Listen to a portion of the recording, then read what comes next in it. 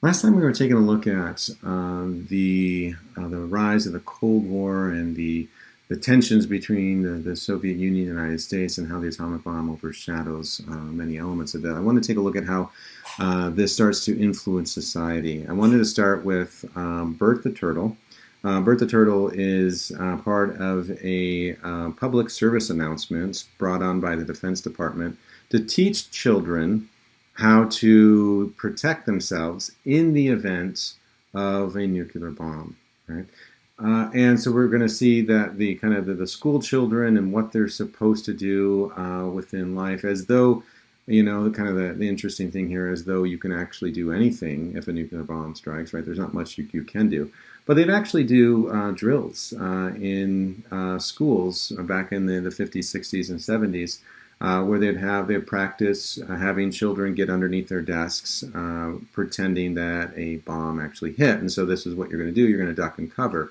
So you're going to see the duck and cover video here, and I want you to think about how this is shaping the mindset, right? And the main question I want you to think about as you watch this is this designed to create fear, or is this designed to create comfort? Right? So we think about this as a propagandistic element. Do you think that the government is putting this out there to create this kind of fear of you better do things our way, or we want you to be afraid of the enemy, so you'll follow us and be more kind of easily controlled, or is this designed to get people to think, at least I can do something. I have some type of power, right? So think about that as we go through this particular clip. Dum, diddle dum dum, diddle dum dum, diddle dum dum. There was a turtle by the name of Bert, and Bert the turtle was very alert. When danger threatened him, he never got hurt. He knew just what to do. He ducked and covered, ducked and covered. He did what we all must learn to do. You and you and you and you, duck and cover. Be sure and remember what Bert the Turtle just did, friends, because every one of us must remember to do the same thing. That's what this film is all about. Duck and cover. This is an official civil defense film produced in cooperation with the Federal Civil Defense Administration and in consultation with the Safety Commission of the National Education Association. Produced by Archer Productions, Incorporated. Hey, Bert, come on out and meet all these nice people. Please? Oh, all right. We really can't blame you. You see, Bert is a very, very careful fellow. When there's danger, this is the way he keeps from being hurt. Sometimes it even saves his life. That's why these children are practicing to duck and cover just as you do in your school. We all know the atomic bomb is very dangerous. Since it may be used against us, we must get ready for it, just as we are ready for many other dangers that are around us all the time. Fire is a danger. It can burn whole buildings if someone is careless. But we are ready for fire. We have a fine fire department to put out the fire. And you have fire drills in your school so you know what to do. Automobiles can be dangerous, too. They sometimes cause bad accidents. But we are ready. We have safety rules that car drivers and people who are walking must obey. Now, we must be ready for a new danger, the atomic bomb. First, you have to know what happens when an atomic bomb explodes. You will know when it comes. We hope it never comes, but we must get ready. It looks something like this. There is a bright flash, brighter than the sun, brighter than anything you've ever seen. If you are not ready and did not know what to do, it could hurt you in different ways. It could knock you down hard or throw you against a tree or a wall. It is such a big explosion, it can smash in buildings and knock signboards over and break windows all over town. But if you duck and cover like Bert, you will be much safer.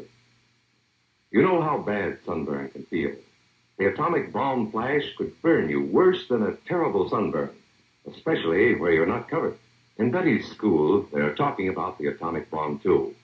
Betty is asking her teacher, how can we tell when the atomic bomb may explode?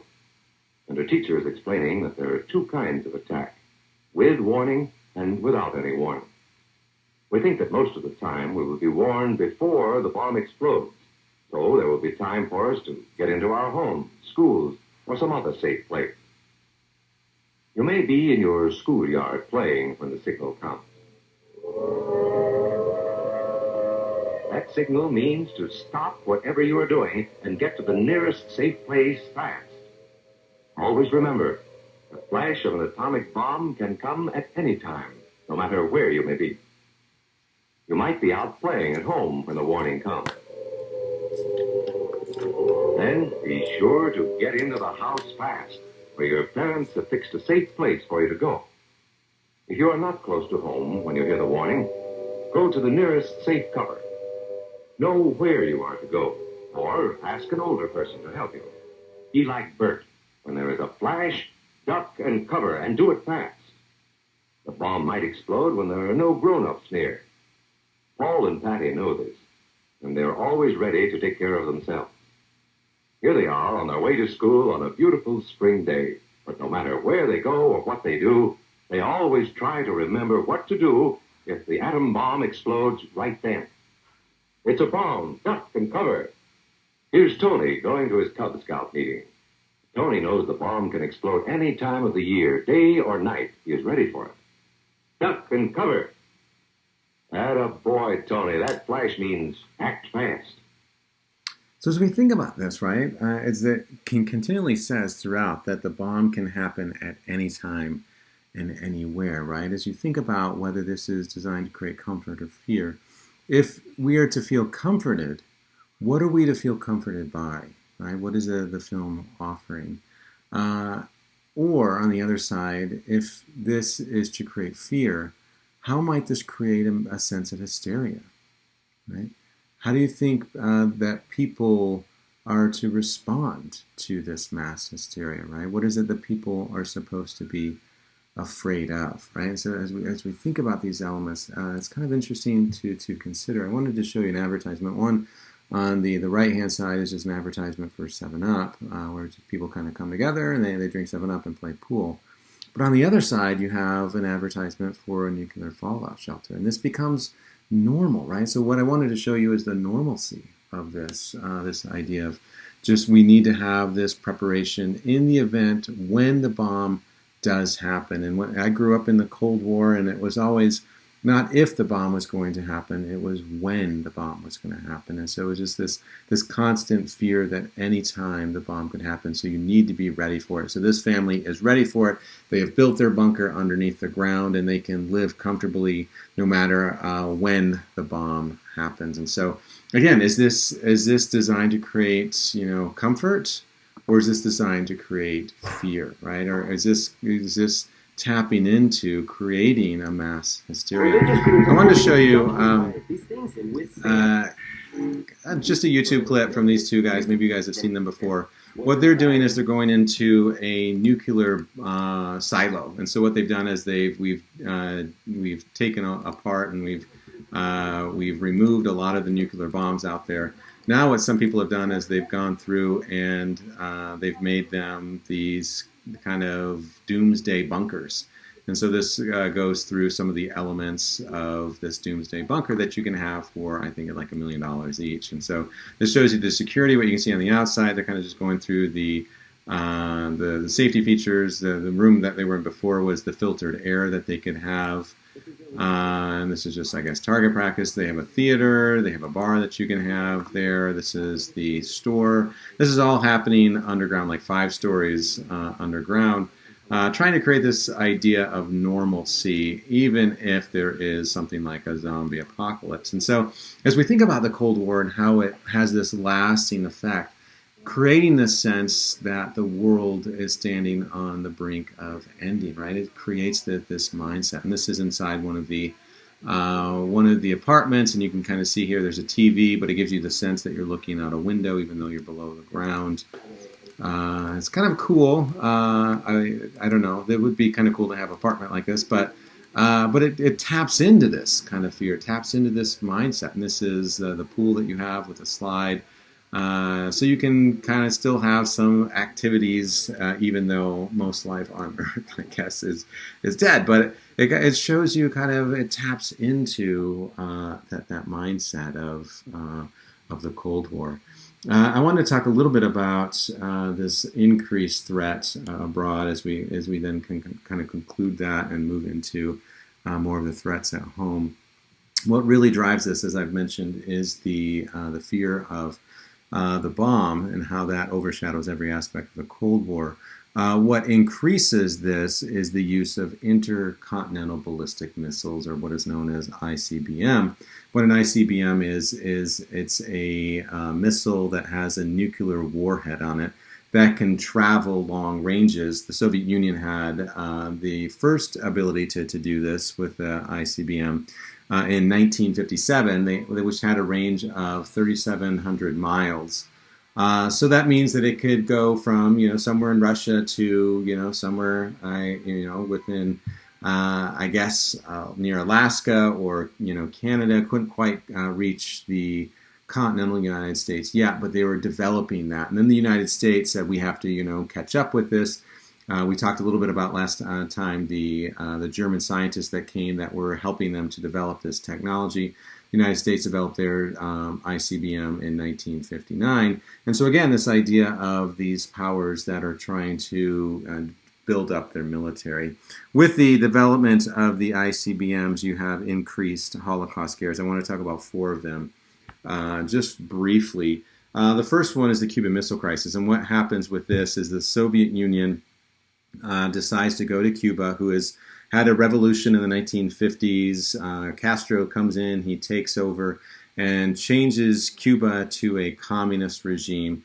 And as a result, the United States, which had a very close relationship with Cuba before this, says it's kind of this either or mindset, says now that you're communist, we're now going to cut you off, we're going to put a blockade on you. We're going to maybe not a blockade, maybe that's not the best word, but they're going to impose an embargo on Cuba and isolate them. And they're going, not only that, they're going to place this restriction on anyone that does business with Cuba. So as a result of this, no one was trading with Cuba except for communist countries. And so they grew naturally closer to the Soviet Union. And because the Soviet Union couldn't hit the United States with an intercontinental ballistic missile, they said, hey, Cuba's a perfect place to be able to put our missiles in Cuba so that they can then reach the continental United States. And we have more of this, what they consider to be this balance of power. The United States sees this as an immediate threat and says, you can't put your missiles there because now we feel more threatened by you.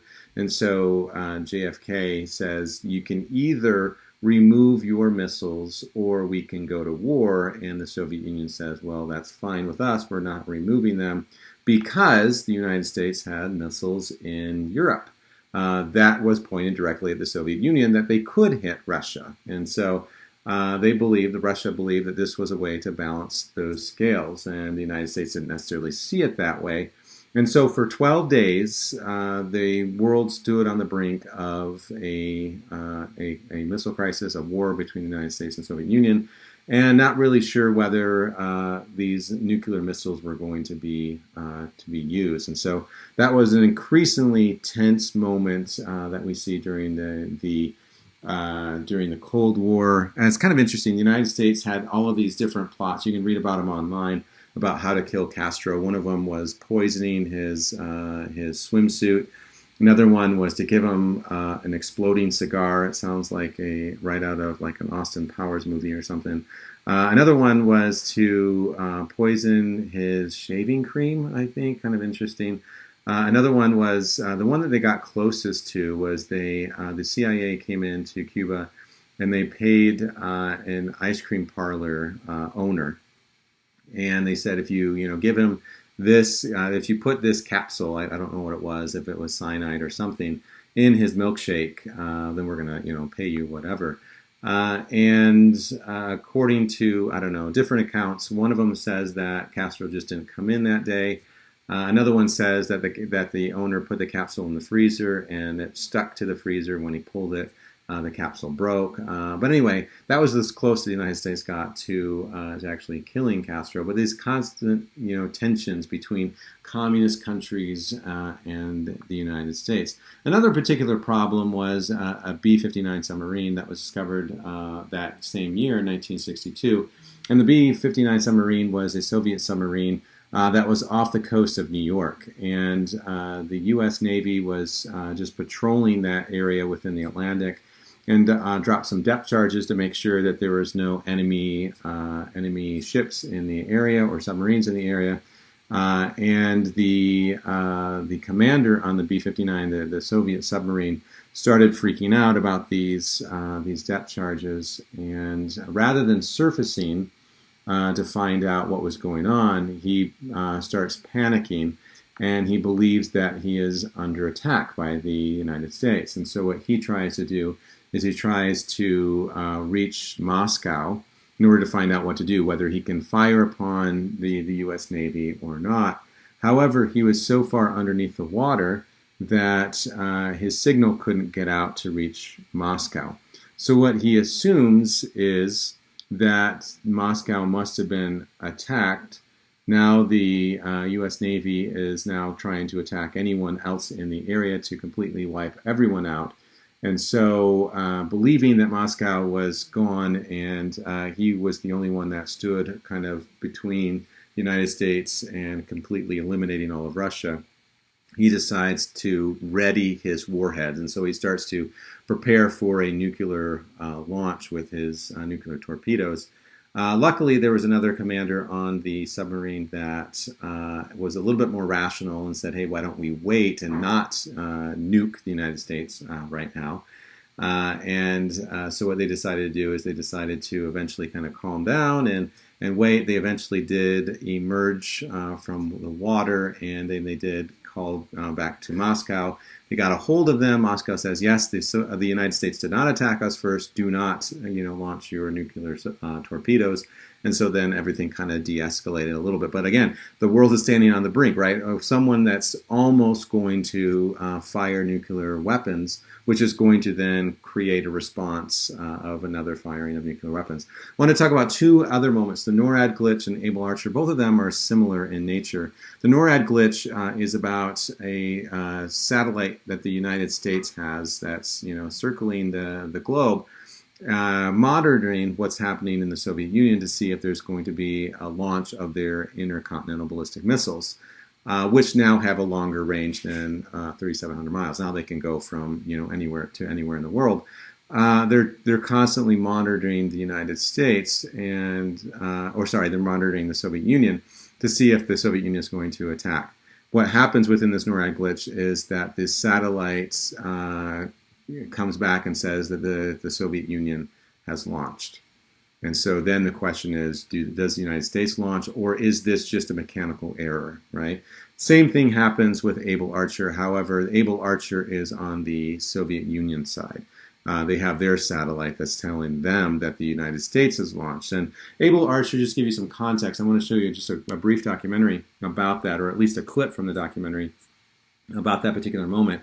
Able Archer is a military drill in Europe, which the military drill was, hey, what happens if the Soviet Union attacks? We want to prepare and just kind of go through the motions as if we're going to launch a nuclear strike against the Soviet Union, but we're not really going to do it, right? This is just a drill. And so what they would do is they would contact Moscow and say, hey, we're going to do a drill called Able Archer, and we're just letting you know we're not going to fire any nuclear arms, so don't fire at us. We just want to go through and practice this drill, which was quite common. And then, Russia hears that and says, yeah, but wouldn't that be a perfect time to actually, sneak attack us by pretending to do a drill when you're actually going to do it? And so they were already on the kind of edge of their seats. And so then you have this particular moment where you have this Russian guy who's at night, he's watching over a satellite that's over the United States, seeing whether the United States is going to launch, and then his satellite comes back saying there has been a strike or there's been a launch. So that's the context of this. It was a mask for something much worse. Так вот на фоне вот These large-scale military exercises were just fraught with the possibility that under the cover of such an exercise, an unexpected nuclear missile strike could be launched. This was the danger that presented itself. To give themselves due warning, the Soviets had invested heavily in their satellite technology. These monitored the status of every Western nuclear base, relaying the information directly to military intelligence, the KGB, and even Andropov himself. But this system was not foolproof. 3 weeks after the Korean airliner was shot down, a far less public event occurred that had potentially catastrophic consequences. On the night of 26th of September 1983, Lieutenant Colonel Stanislav Petrov assumed command of an early warning bunker south of Moscow. He was taking another man's shift. Any other person could have been the replacement for that night, but the choice fell to me, I suppose.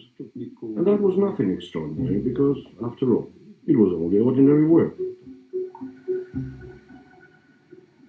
Petrov's ordinary work was to monitor a satellite taking photographs of the American continent.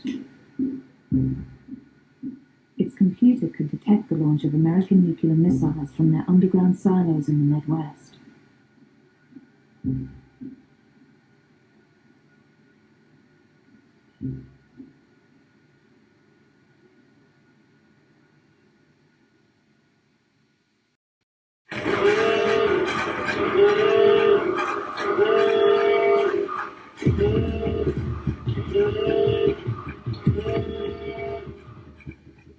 Shalom Day. Well, it was truly a shocking sight. The siren began to scream and the word launch flashed up. In big red letters on a white background. So I want you to think about being in this person's shoes for a moment. I want you to think about whether you would launch a strike or not, right? The satellite says that the United States has launched. So what would you do, right? It was written launch. Stop. The whole thing was incredible, what you took. Without any indication of a malfunction, Petrov expected the satellite photographs to confirm the missile had been launched. But as the sun was now setting across America, the nuclear missile bases were hidden in the evening shadows. There were points of light sparkling all over the place. To try and pick out an actual rocket launch from among them was virtually impossible. Unable to see any sign of a missile flash, Petrov trusted his instinct. He ignored the computer and disabled the system.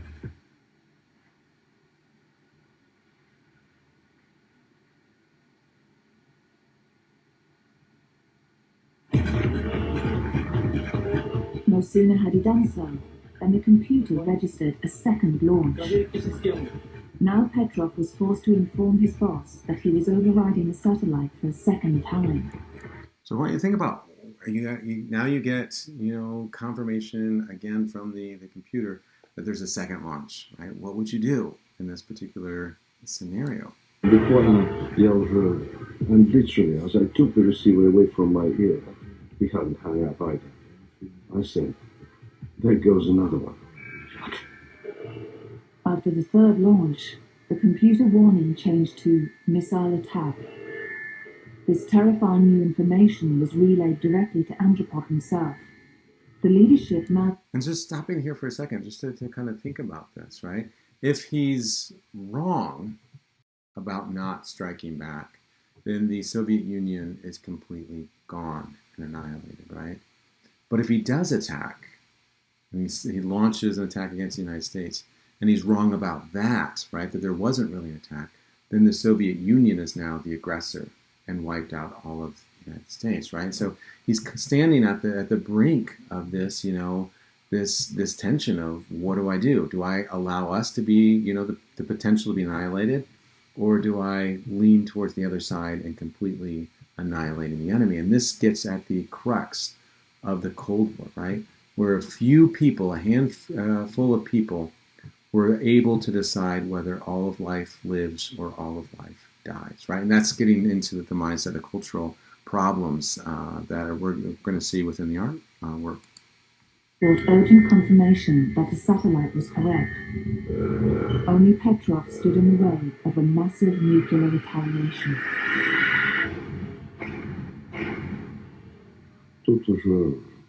The moment the third warning went off, I started feeling like I was sitting in a hot frying pan. I broke out into a sweat. I couldn't feel my feet. Petrov knew that these American missiles would take 12 minutes to reach Soviet airspace. During that time, the computer registered 2 more launches. Now 5 missiles appeared to be in the air. I'm the sort of person that when I make a decision, I never change it. Our military training told us that when a missile war with the US began, it would not start with just a few missiles. It would be a massive launch. So this, these moments, these few moments we've been talking about, these 4 moments where the world stood on the brink of annihilation, demonstrate some of the madness that goes into this particular era. And obviously, the United States says, well, we're not going to be the ones that are going to attack. It's going to be the Soviet Union because they're the bad guys, right? And what is the Soviet Union saying, right? That obviously we're not going to be the ones that attack first. It's going to be the United States because they're the bad guys, right? But both of them have this increased fear of one another, right? Both of them are believing that the other one could attack, and so they're constantly on guard, constantly, within this idea of tension. And just to kind of add to this, to this complexity, right? The Soviet Union, and just kind of get us to think beyond the mindset of the West, which many of us are coming from this mindset. The Soviet Union suggesting that it's going to be the United States that attacks first, and as we hear that within the West, we say, well, that's absurd. But remember, it is the United States that did actually use these type of weapons during World War II, and so there is precedent for it that there wasn't for the Soviet Union, and so they argued that the United States already did use these weapons, right? They already were this kind of they were willing to do it before. And so, again, it sets this overly simplistic, dualistic mindset between nations standing on the brink of annihilation. And how does this affect the mindset? How does this overshadow the culture even to this day?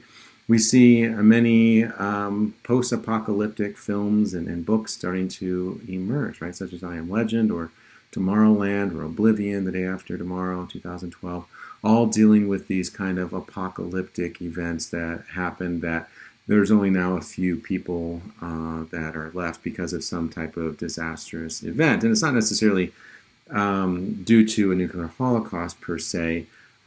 Could be, for instance, in I Am Legend, it's some type of virus outbreak, kind of, feels a little relevant to today. And then in 2012 and The Day After Tomorrow, I think it was more natural events that happened. But the mindset is that we're standing on the brink of our own destruction, that the end of times is near.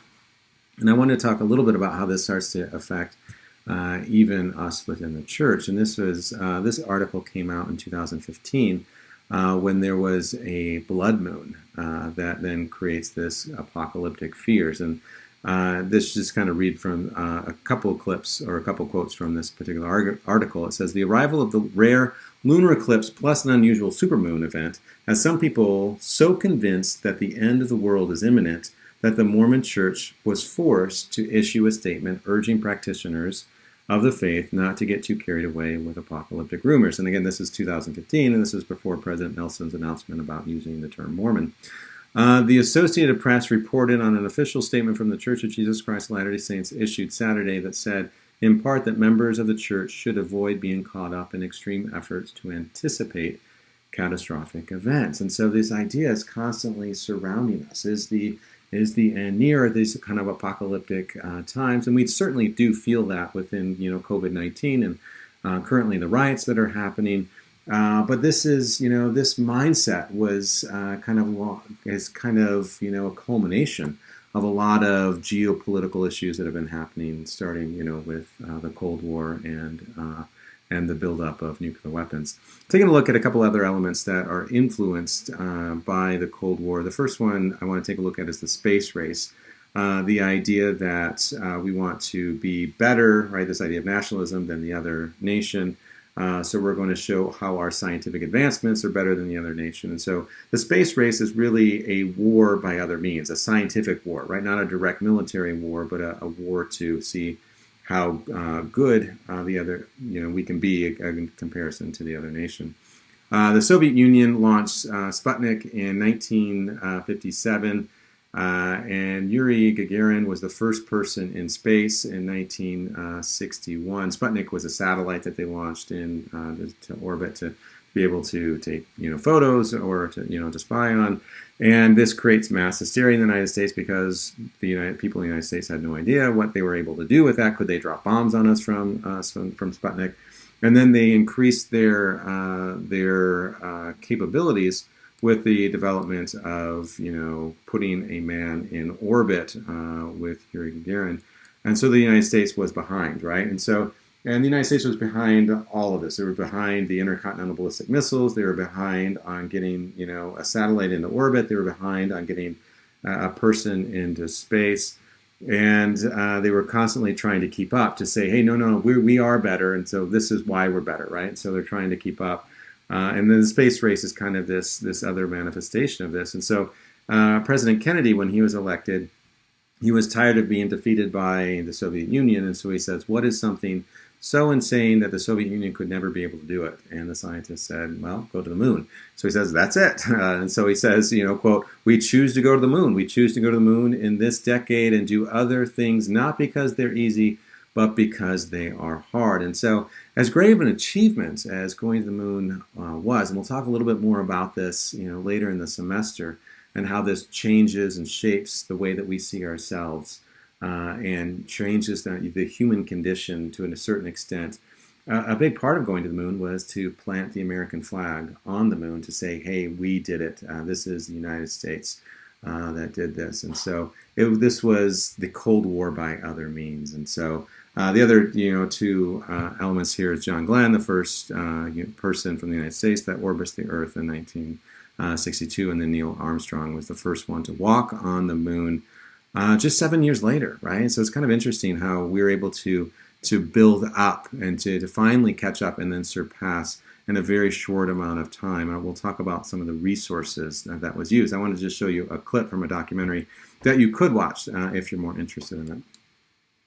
A race to the moon. Landing a man on the moon before this decade is out. At the height of the Cold War. They've been beating us at every turn. I want to be part of winning.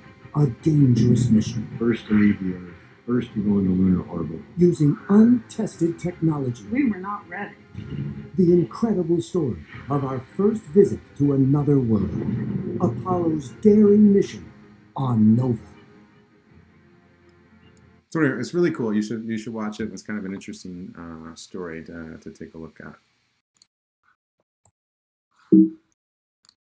And this chart here just shows you the national budget for NASA. So as we think about the buildup, right, the space race as kind of a proxy or this quasi-war, right, scientific war, we can see the amount of resources that the United States was dedicating towards this, at least as far as the percentage of their budget, in order to get the astronauts to the moon. And so it's kind of interesting in some ways how wars do this. Some of the wars tend to advance human civilization, scientific developments. For instance, plastic surgery comes out of World War I as a way to restructure a lot of the faces of the soldiers who were being destroyed by, or they're being deformed by some of the shrapnel that they had. And so some of the benefits that can happen from war, and this is just one of them, right? A great kind of achievement that humanity is able to do as a result of the war. And so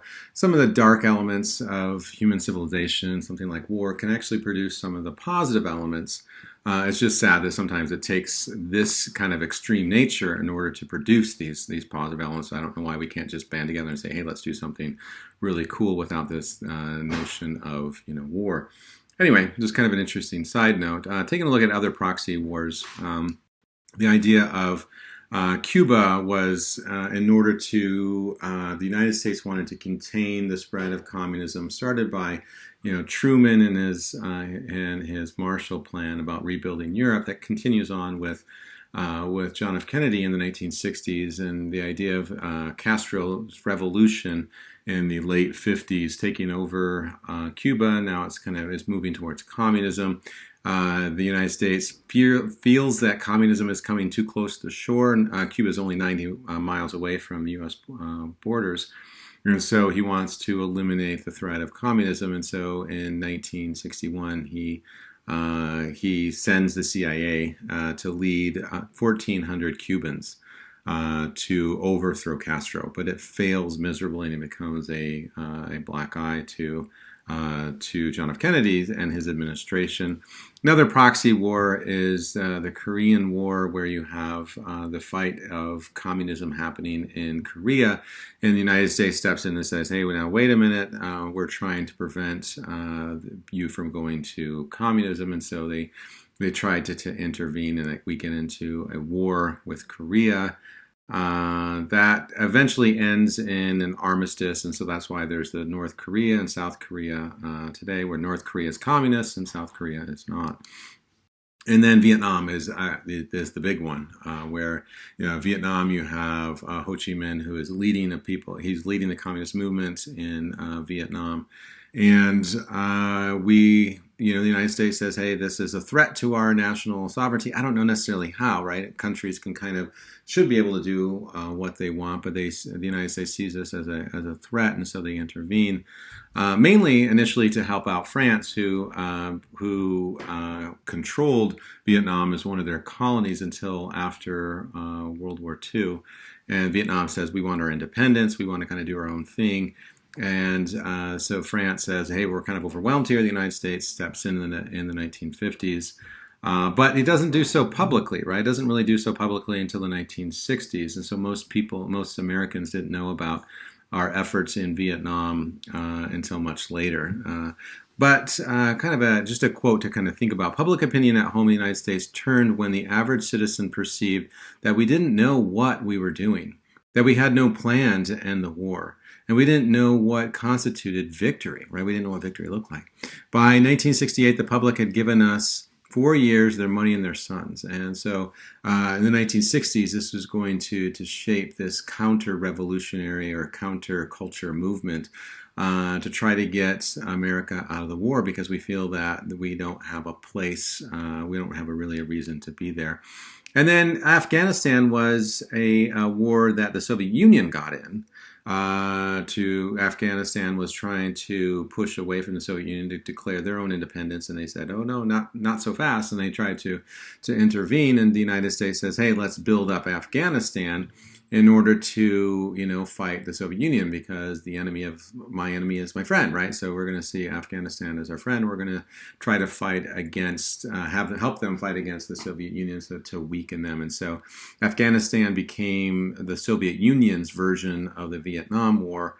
Interestingly, about the Afghanistan war, we trained an operative, the CIA trained an operative in order to resist the Soviet Union, in order to undermine their campaign, in order to create havoc for the Soviet Union, and help to kind of to push away from Russia. And that person was Osama bin Laden. So interesting, ironically, he's going to come back later in the 1990s, but ironically, it was the United States who trained him, and they trained him to fight against the Soviet Union.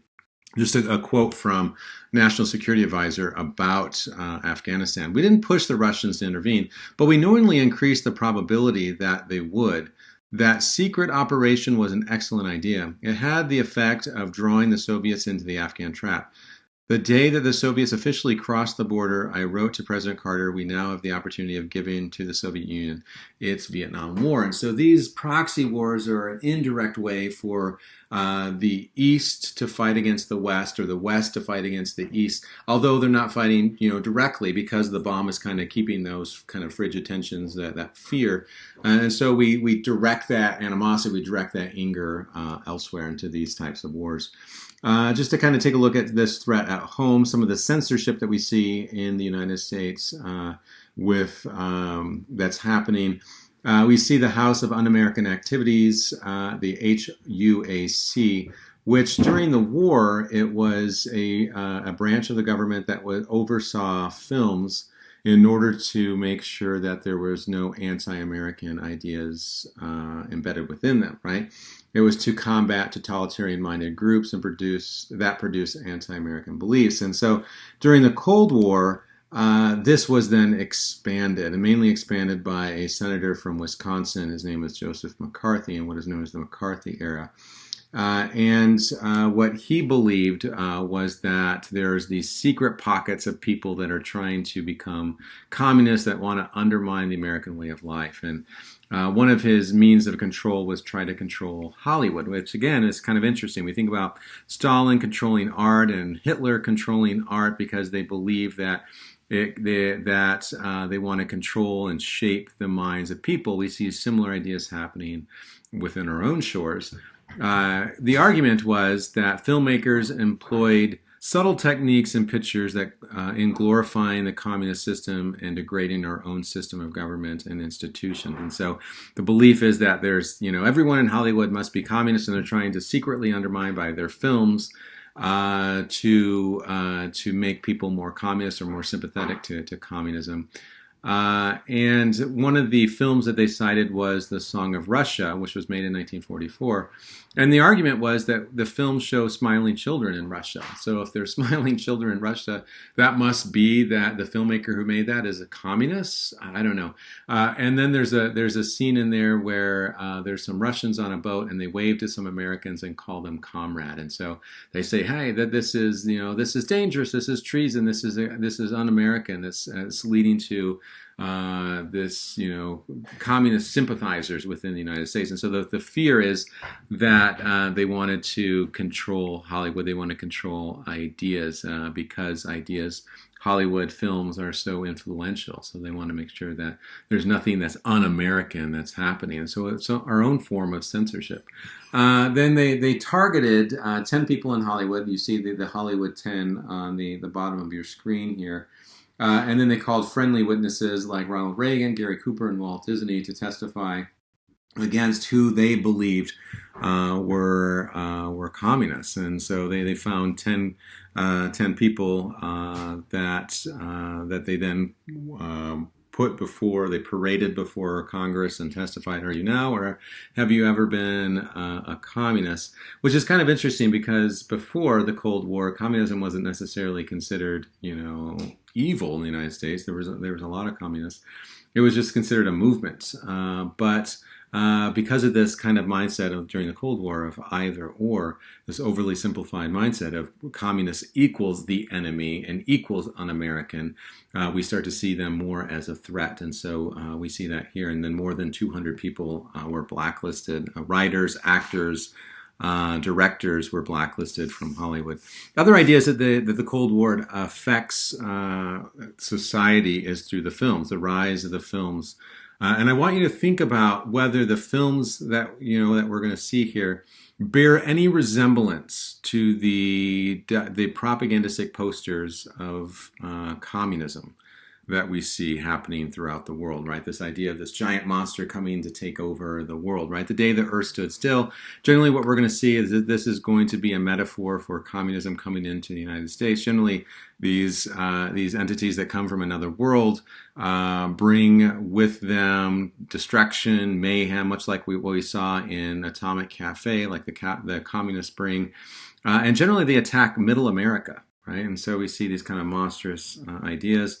When worlds collide, this is kind of a clear representation of the East meets the West. The East, the Soviet Union in the red, and the West, the United States, in the blue, oversimplifying it. And so this is just another manifestation of the Cold War, right? And how it kind of manifests itself, or the thing from the other world. Generally, the thing from the other world that terrorizes always America. It generally brings these kind of mind-controlling abilities that makes everybody into these mindless zombies, which is what we saw people in the Soviet Union were just kind of these mindless zombies because they're influenced by the propaganda within their country, and they don't really have individuality. They don't have a freedom to act for themselves. Invasion of the Body Snatchers, same idea, right? The monster that challenged the world. See if you notice any of the kind of common motifs, common ideas that we see within the anti-communist posters that we've seen, or Panic in the Streets. So anyway, it's kind of an interesting cultural manifestation that's happening at the same time. How we see the focus of the government on controlling Hollywood, and as a result of this, then you have these thinly veiled anti-communist films that start to come out.